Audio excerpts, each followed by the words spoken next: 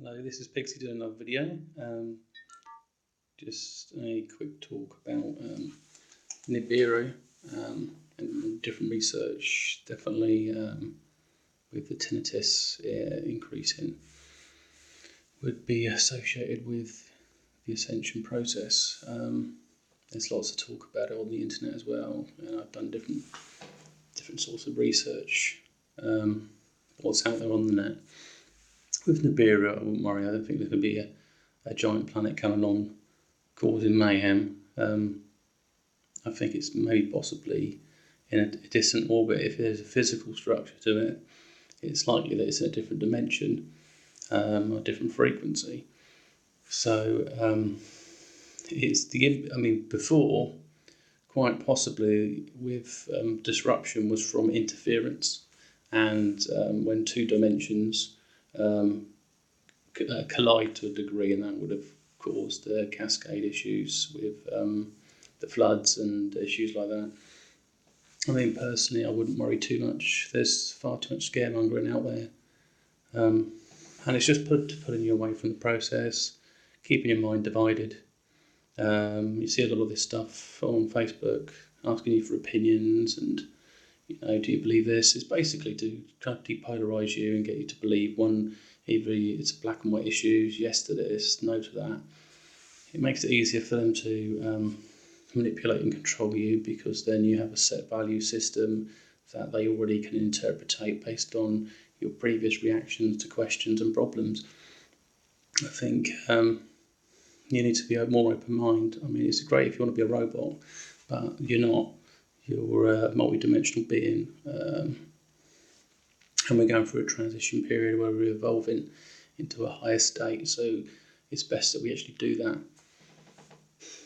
I've also mentioned about my previous sort of plans, and with things like ARCONs and sort of lower dimensional beings that actually wanted to play more of a key role. Some of them have got corrupted, but there's possibly the way forward to work together.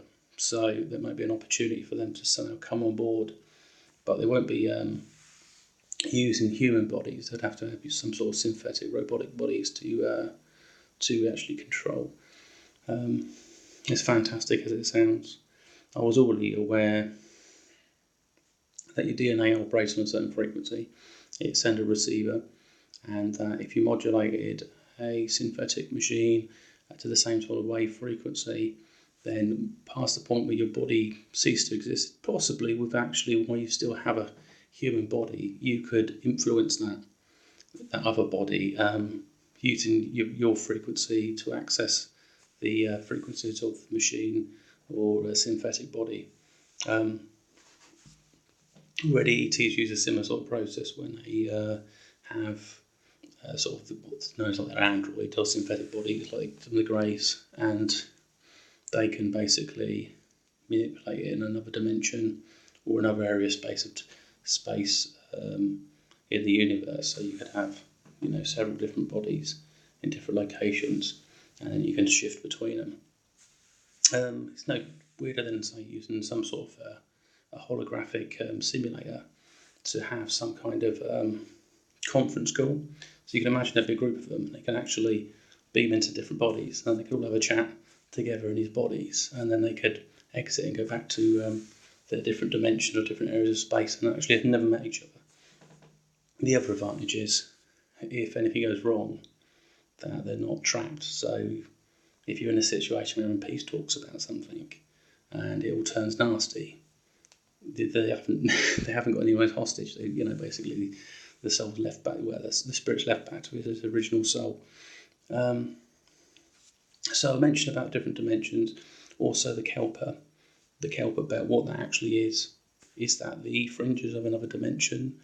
I'm wondering what might be beyond that, and that it might be a mark of a boundary. There's other things going on with the sun as well. I'm going to have to increase my, I do some sun gazing, I need to increase that.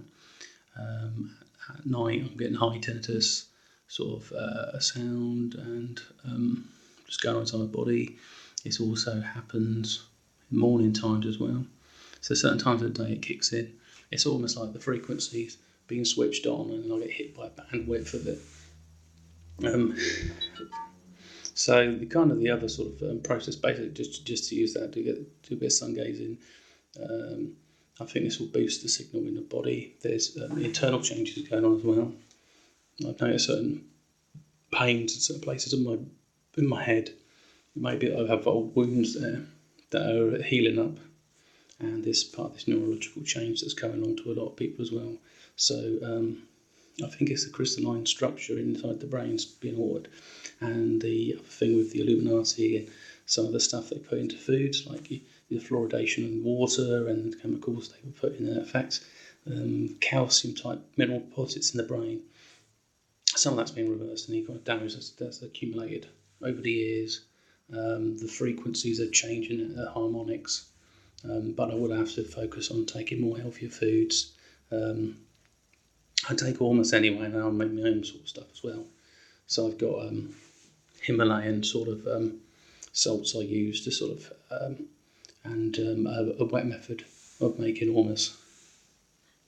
The other thing as well is that some of the minerals there, I have to be careful they're not potentially dangerous. I have to do a bit more research. I don't think with this ascension process it would be, but there is things like slow percentage of plutonium and uranium in the actual minerals. So I don't want to do anything that would sort of be detrimental to my health. I don't want to sort of give myself cancer. But that's usually to do with a signal frequency issue in your DNA. And with this higher frequency coming in and the boosted signal from the ormus, that it should counterbalance that. I mean, if you know anything about ormus, it has metals that are conductors, superconductors like gold and silver, and smaller than a nanoparticle. They attach themselves to DNA, and they can actually enhance the frequency for the DNA. I mean, you have these nibs at both a bit like the connectors in the DNA, top and bottom. And this is where the electrical charges goes through the signal of the DNA. So it basically will help balance the harmonics in the DNA itself. I'm becoming a lot more aware to ignore things on TV, put into my own reprogramming. A lot of stuff can be told is enforced on you to believe something. When you believe it, it becomes a part of your reality. If you resist things like that or have strong beliefs like I'll live forever, and you have that focus in your mind, and you're never worried about things like death. If you die physically, it's just like you think, well, I'm going to live, in some other form and just carry on. So I think people believe in cancer and it creates cancer. That's a part of the philosophy as well. Is that a bit like the aging process? Some people have sort of strong beliefs about their aging, and there's worry and all those other emotional states that actually influence their form, because some different races live for thousands of years, and it's not just because of the minerals and so on. It's also because of the psychological impact of things as well, and maintaining general health. So I'll bring this one to a close. I can't think anything else I'd like to directly share with you. I think mainly the Nibiru, just don't be freaked out.